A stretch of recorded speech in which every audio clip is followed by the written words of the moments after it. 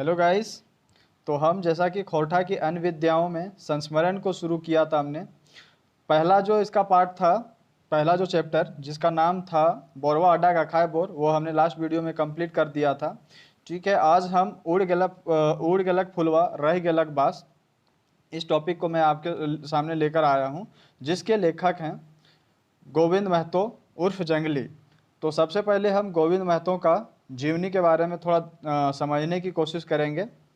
तो चलिए देखते हैं। तो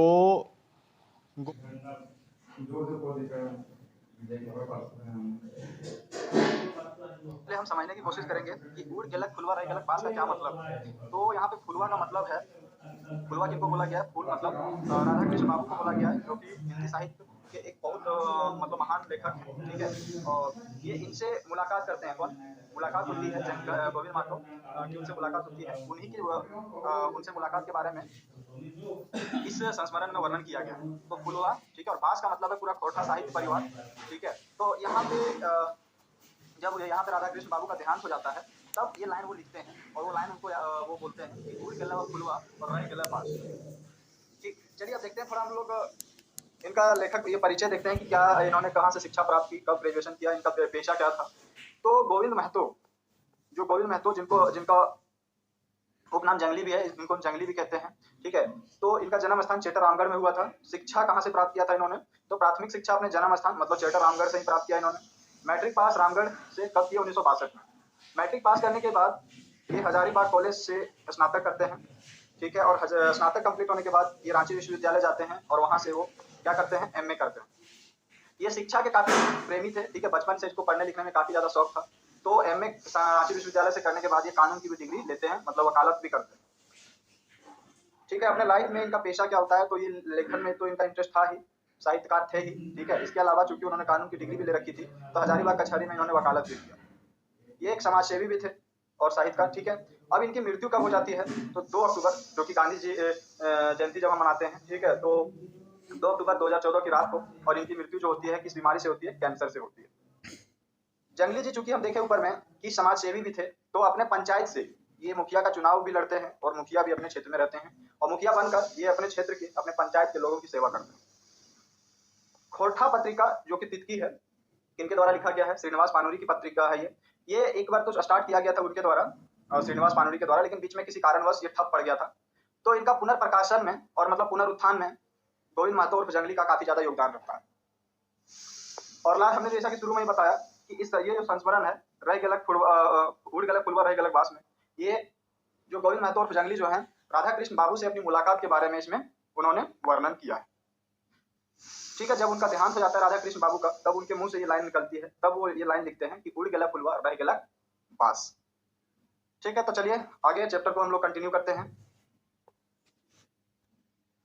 रचन में हिंदी के उपन्यासकार राधा कृष्ण जी के मुलाकात संस्मरण लिखल है। मतलब हमने कल देखा था कि बोरवा अड्डा का खाए बोर में किनसे मुलाकात के बारे में लिखा गया था। उसमें अखाय बोर जो बोला गया था, सबसे बड़ा वृक्ष जो बोला गया था, श्रीनिवास पानूरी को बोला गया था। वो उनसे मुलाकात के बारे में उसमें काफ़ी डिटेल में चर्चा किए हुए हैं। ठीक है, तो ये जो संस्मरण है, इसमें किनसे मुलाकात के बारे में कवि लेखक महोदय करते हैं? तो लेखक महोदय का जो राधा कृष्ण जी से मुलाकात होता है, उन मुलाकात में क्या क्या घटनाएं घटती है, कैसे उनका जब वो पहली बार मिलते हैं कैसे उनका स्वागत किया जाता है, कैसा उनका बिहेवियर रहता है राधा कृष्ण जी का।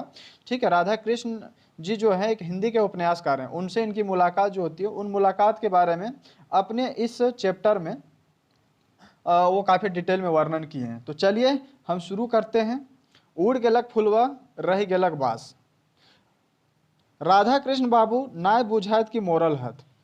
मतलब ये बोल रहे हैं कि ऐसा नहीं महसूस होता अभी भी कि राधा कृष्ण जी जो हैं अब इस दुनिया में नहीं रहे।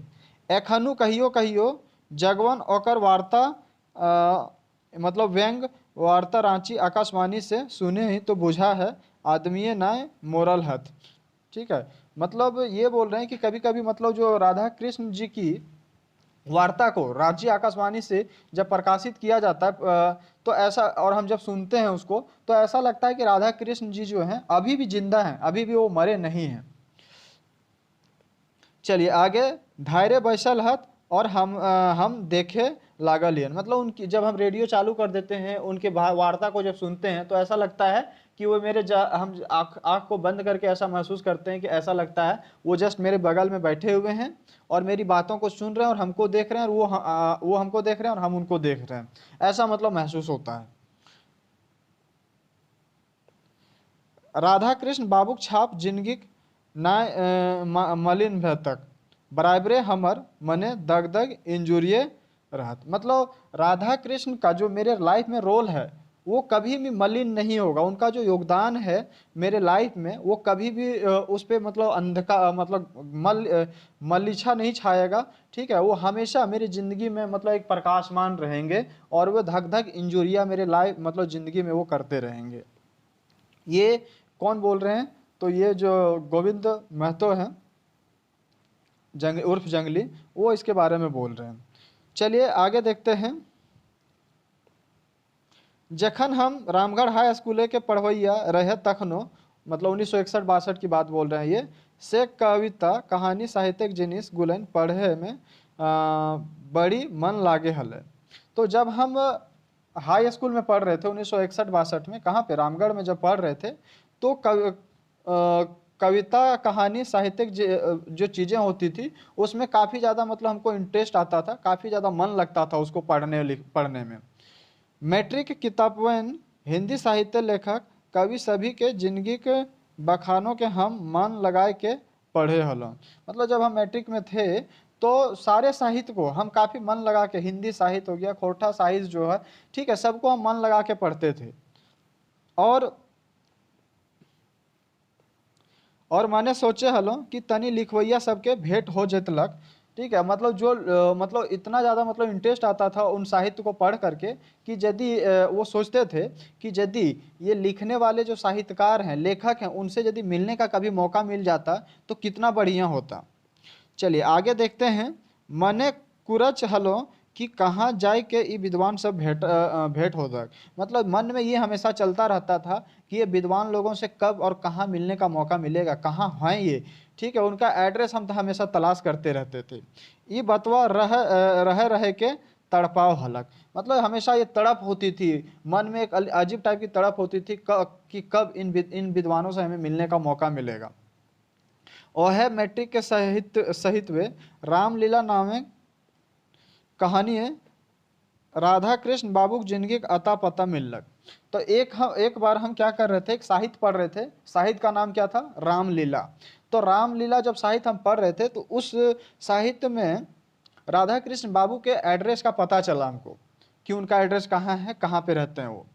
ठीक है, तो हमर मन तो कुहक उठल कि हमर घारे धारे रांची के रहवैया ये लागत। तो पता चला जब उनके साहित्य रामलीला को पढ़े तो पता चला कि ये तो हमारे घर के अब आसपास में ही है, रामगढ़ रांची से ज़्यादा दूर है भी नहीं। ठीक है, तो उनको पता चला कि तो मेरे घर के आसपास के ही आदमी हैं। चलिए आगे। यह है माटिल जन्मल बाढ़ल फर संपादक साहित्यकार लगत तो कैसे इनखर से भेंट करब।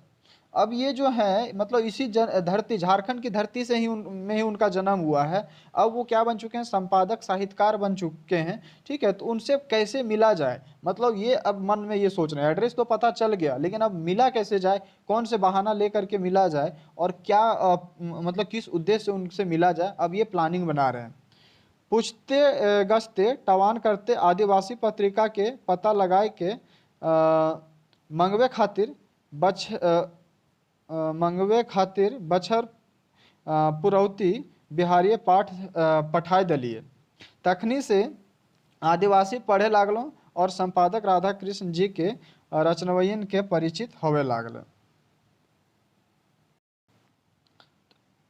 तो धीरे धीरे क्या हुआ, हमको पता चला कि एक पत्रिका वो लिखते हैं। राधा कृष्ण जी का एक पत्रिका आता है। कौन सी पत्रिका?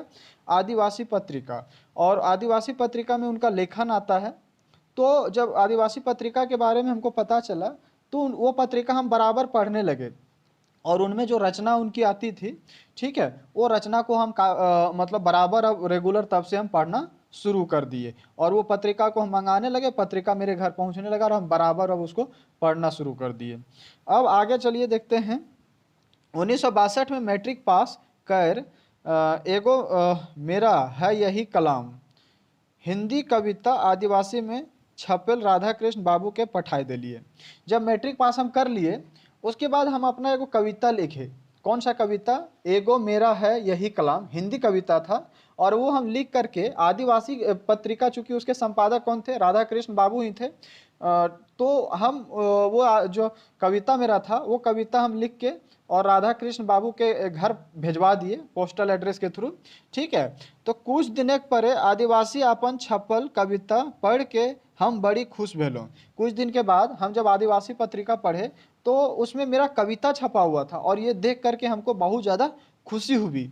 मुद्दा उनखर से मुलाकात करे साथ टा रहिए गेलक, लेकिन अभी तक उनसे मेरी मुलाकात नहीं हो पाई थी। बस लेकिन खुशी हम इस बात की हुई कि मेरी जो कविता थी एगो मेरा है यही कलाम, ये हम उस आदिवासी पत्रिका में मेरा जब छपा तो हमको काफ़ी ज़्यादा मतलब खुशी हुई थी। लेकिन अभी तक हम मिल नहीं पाए उनसे। ठीक है, मिलने का जो अभी तक इच्छा है वो इच्छा ही रह गया है। चलिए देखते हैं कब आगे उनसे मुलाकात हो पाती है। आखिर हजारीबाग कॉलेजे पढ़े बछरे राधा कृष्ण जो कि लिखल उपन्यास रूपांतर किन के पढ़े लागलों। जब हम हजारीबाग कॉलेज में पढ़ रहे थे, ग्रेजुएशन अपना कर रहे थे, तो राधा कृष्ण बाबू के द्वारा लिखा हुआ उपन्यास जो है उनको हम खरीद के पढ़ने लगे। पढ़ल परे हमर तो उनकर से भेंट करे खातिर मने आरो हुचुक उठला।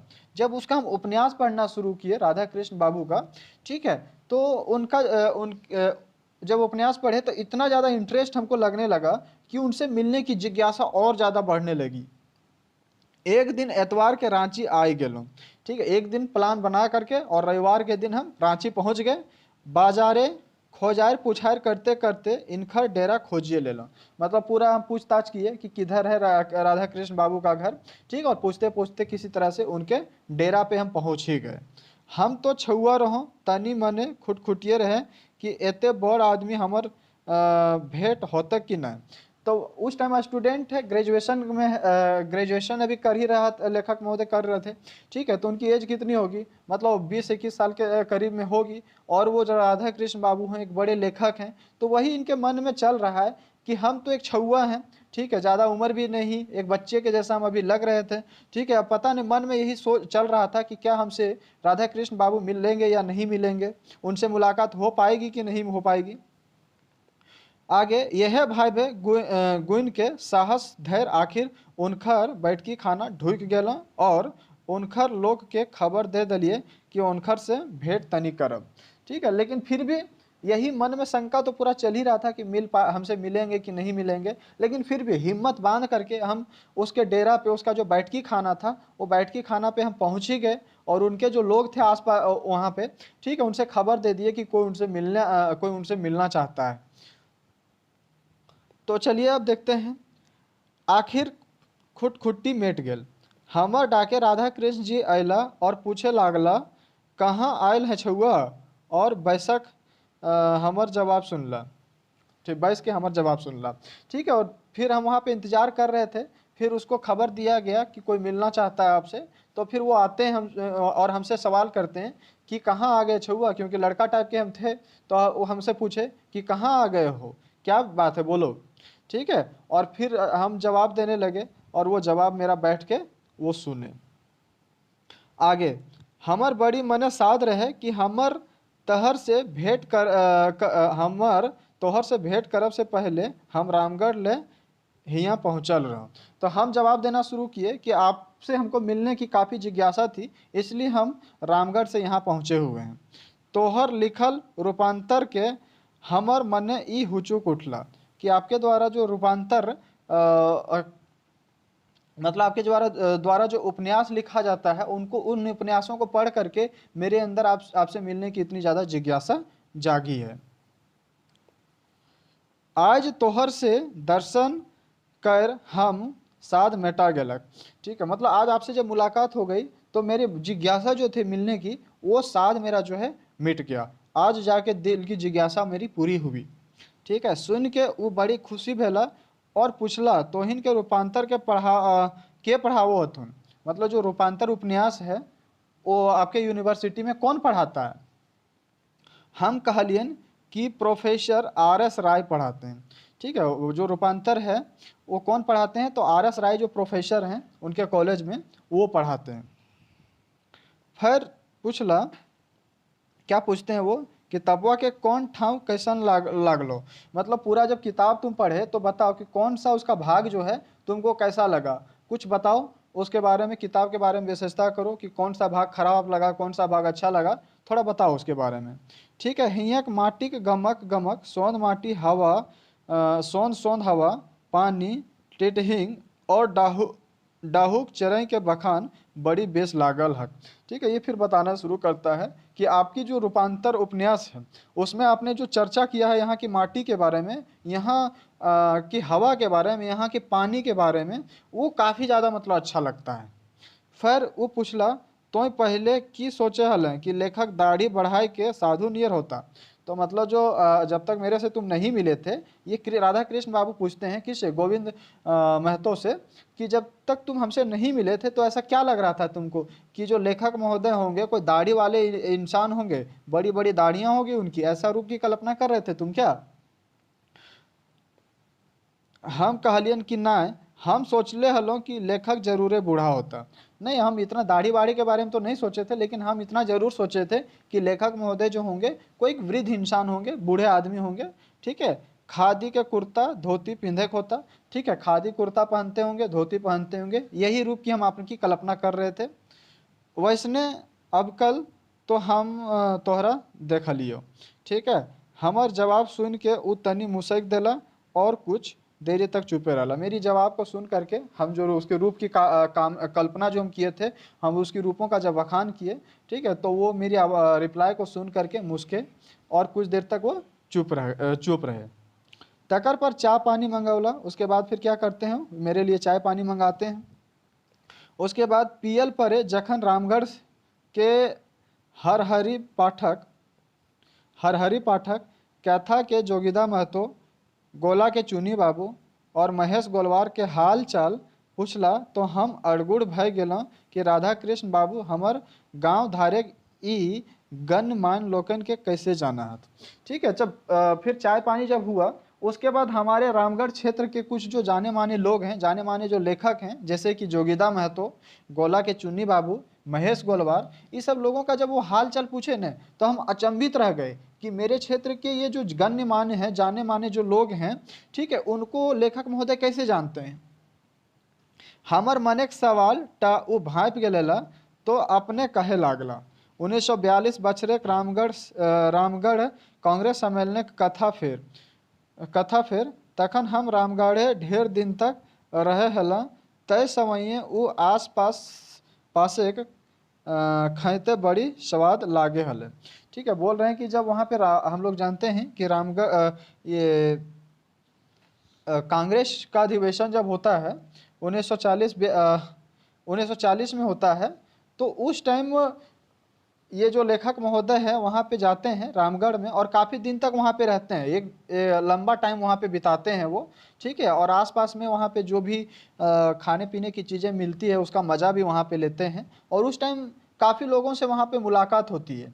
ठीक है, तो वो खुद जवाब देने लगते हैं। जो मेरे मन में क्वेश्चन चल रहा था ना कि ये गण्यमान लोगों को कैसे जानते हैं, तो मेरे मन में वो सवाल चल रहा था, लेकिन वो मेरे मन को भांप लिए और खुद से ही जवाब देने लगे कि हम कैसे उन लोगों को जानते हैं, उनसे मुलाकात कब हुई थी। चलिए आगे देखते हैं। उनखर नेतागिरी बयान सुन के हमहू बीचे टोक दलिए।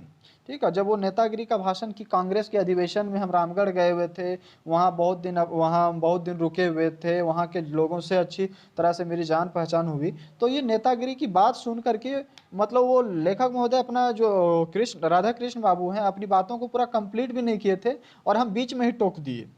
कखनू हमरू लीडरी करे के साथ लागे है और मुखिया प्रमुख MLA बने का मन है। ठीक है, वही फिर हम बीच में टोक दिए कि कभी कभी हमको भी नेता बनने का मन करता है, लगता है कि हम भी मुखिया बनेंगे, MLA बनेंगे और समाज के लोगों की क्या करेंगे, सेवा करेंगे।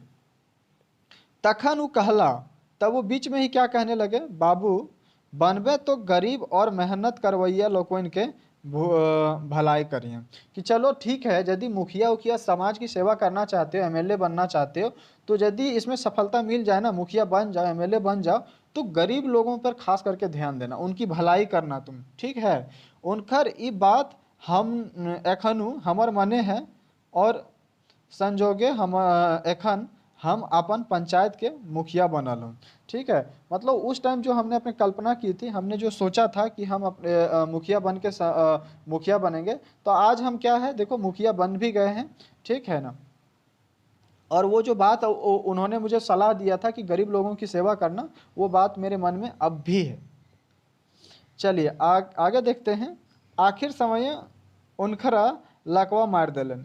अब राधा कृष्ण बाबू जो हैं उनको वो मतलब गोविंद महतो बोल रहे हैं कि लास्ट समय में उनको क्या मार दिया था, उनके लाइफ के अंतिम समय में उनको लकवा मार दिया था पूरा शरीर में, ठीक है। तखन ही माटिक एगो मजबूत खूंटा हिल गए। जब उनके शरीर को लकवा मार दिया तो ऐसा हुआ मानो एक जो मजबूत जो खुट्टा होता है, ठीक है, वो खुट्टा मान के चलो हिल गया, ऐसा मतलब समाज के लिए वो एक मजबूत खुट्टा के रूप में वो थे। और उनको लकवा मारना मतलब एक मजबूत खुट्टा का हिल जाना के बराबर था वो। हमर मने एगो साध रह गेला कि उनखरा अपन घर एक धा डकाई के छिलका रोटी खियाए के मुद्दा तकले राधा कृष्ण बाबू सिराय गेला। मेरा मन में एक मतलब हमने मन में सोच के रखा था कि राधा कृष्ण बाबू को हम अपने घर में बुलाएं, ठीक है, और घर बुला करके उनको अपने घर में छिलका रोटी खिलाएं, ठीक है। लेकिन ये राधा कृष्ण बाबू पहले ही सिरा गए, ठीक है। तो मेरा ये जो मन का ख्वाब था, मेरा जो जिज्ञासा था, जो हम साध ये मन में बना के रखे थे, वो मेरा अधूरा रह गया। ई झारखंडक माटी ले जनमल बाढ़ल धमके वाला फूल उड़ गेला, ठीक है। तो यहाँ पे फूल जो चैप्टर का नाम था, उड़ गेलक फूलवा रह गेलक बास, तो फूल यहाँ पे किनको कहा गया, अब समझ में आ गया। फूल यहाँ पे बोला गया है राधा कृष्ण बाबू को, ठीक है। तो जब उनकी मृत्यु हो जाती है, जब उनका देहांत हो जाता है, तो ऐसा मतलब प्रतीत होता है जैसे फूल क्या है, आसमान में उड़ गया, मगर ई माटी उ फूलवा बास रह गेला। एखनू तक साहित्यिक क्षेत्र हमर रुचि देख के उ कहल हला, हिया झारखंडक नदी नाला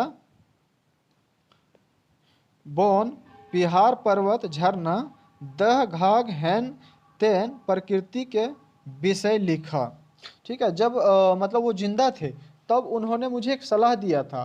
क्या सलाह दिया था कि यहाँ की जो नदी नाला है, वन है, पहाड़ पर्वत है, झरना है, ठीक है, इस ये जो प्रकृति के जो घटक हैं, ठीक है, इन चीज़ों के बारे में लिखना, इन चीज़ों पे तुम ज़्यादा जोर देना, ऐसा उन्होंने मुझे सलाह दिया था।